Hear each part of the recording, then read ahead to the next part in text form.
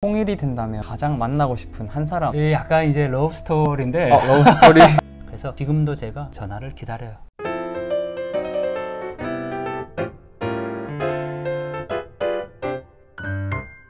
그러면 현장에서 겪은 잊지 못할 에피소드 한 가지만 말씀해 주실 수 있나요? 사실 현장에서 겪었던 모든 일들이 저에겐 다 기억이 나고요.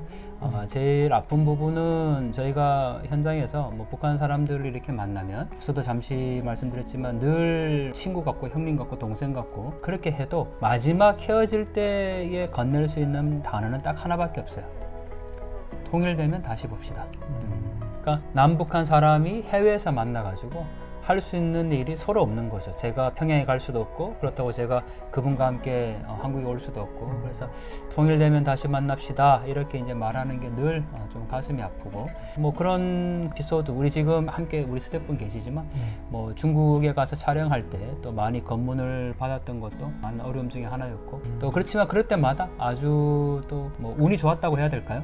또 그렇게 빠져나가는 경우도 많았어서 그 모든 시간들이 다 저에게는 에피소드였던 것 같습니다.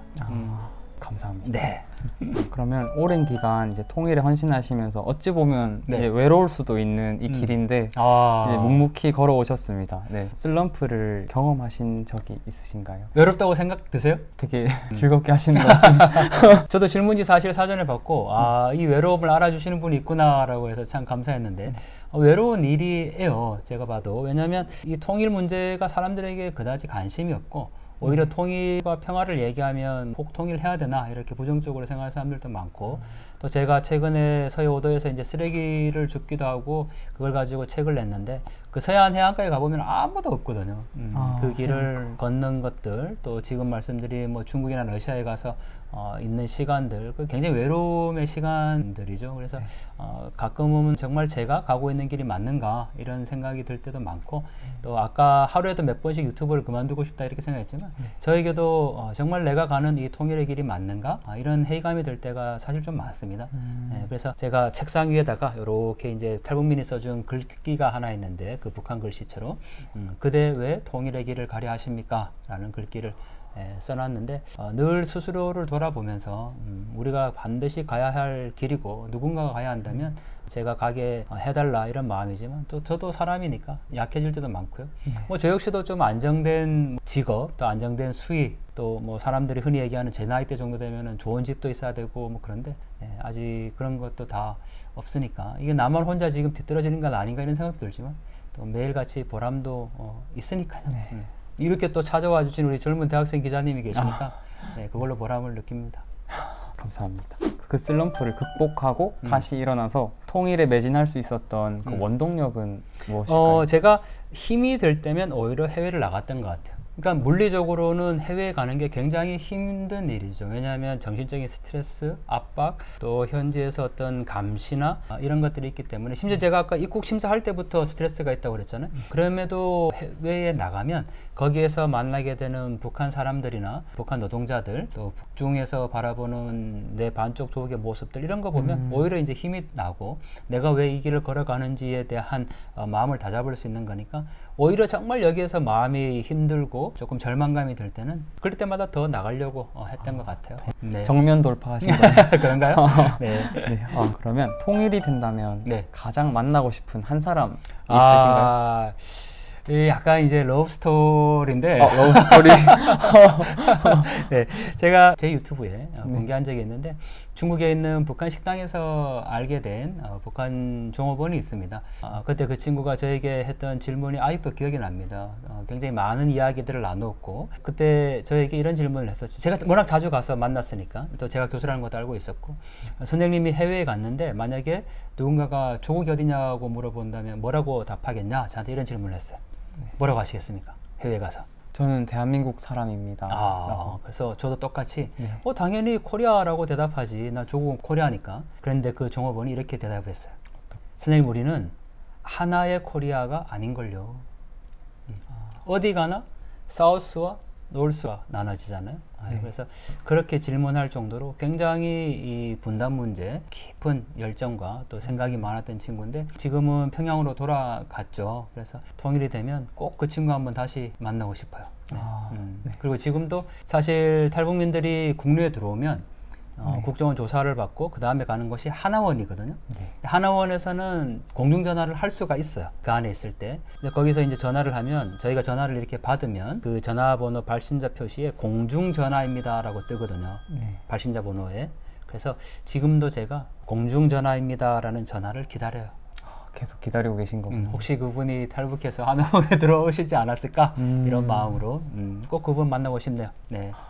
꼭 통일 조국에서 만나셨으면 좋겠습니다. 네, 제가 이름을 밝힐 수 없어서 영상 편지를 쓸 수 없지만 네. 아마 제가 이렇게 얘기하면 그분 알고 계실 겁니다. 본인인지 네, 꼭 만나면 좋겠습니다.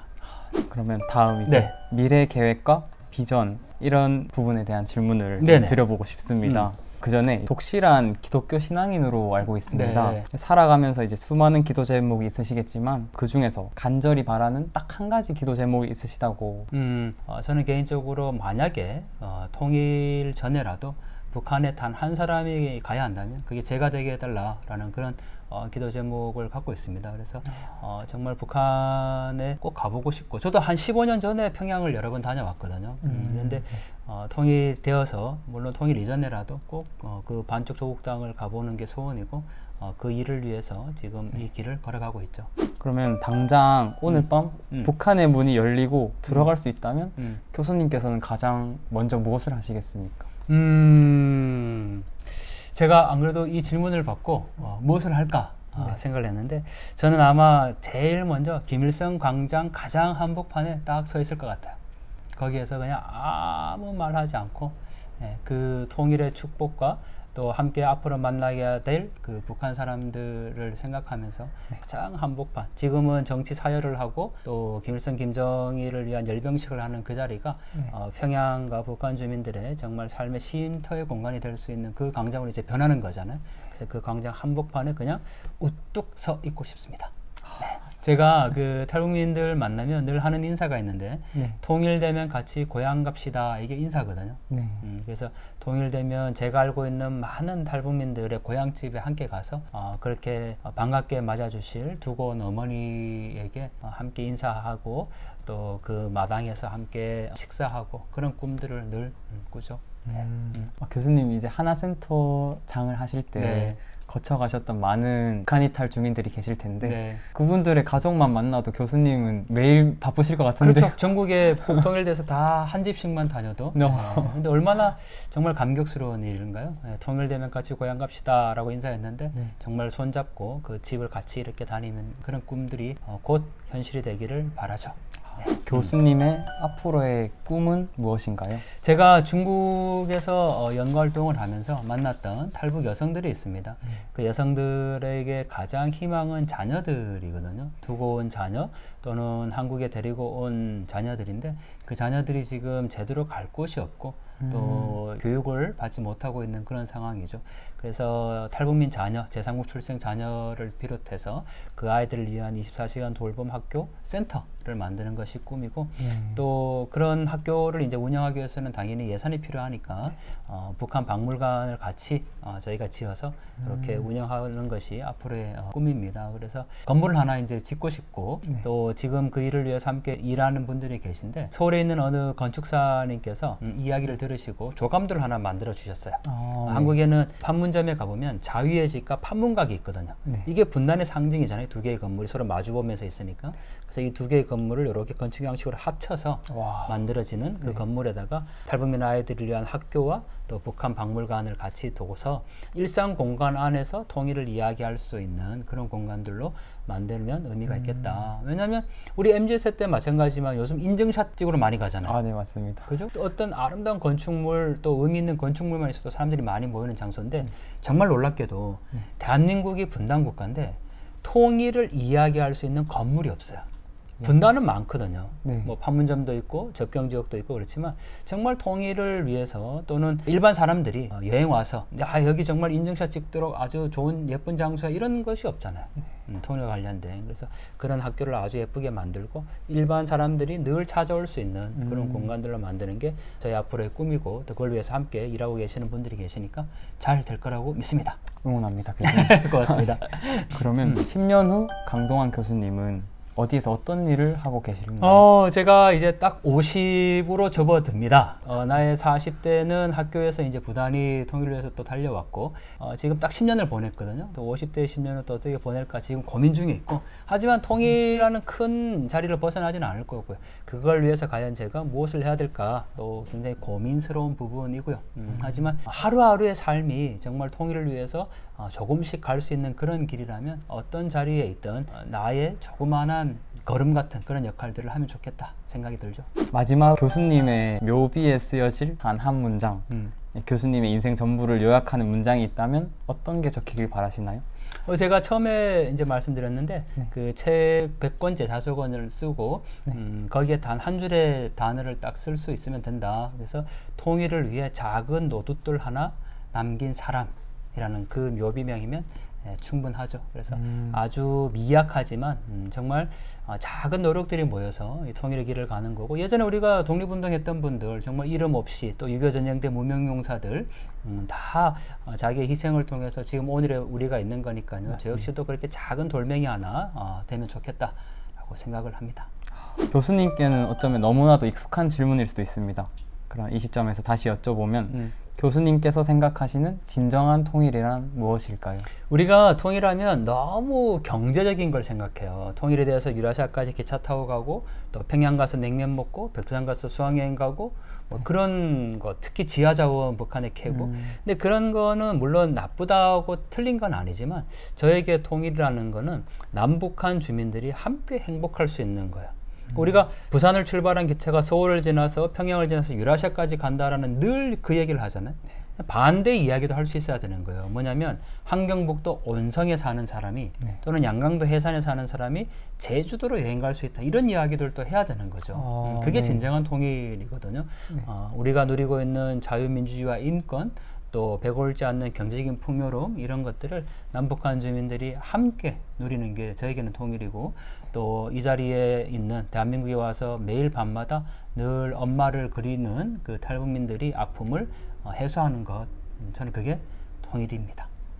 통일은 사람에 있는 거군요. 그렇죠. 그래서 저는 통일은 엄마다 이렇게 얘기하는데 북에 두고 엄마를 만나러 가는 길이 통일입니다. 늘 이렇게 얘기를 하죠. 이제 마지막으로 이 방송을 본 청년들이 각자의 자리에서 오늘 당장 통일을 위해 실천할 수 있는 작은 행동이 있다면 어떤 게 있을까요?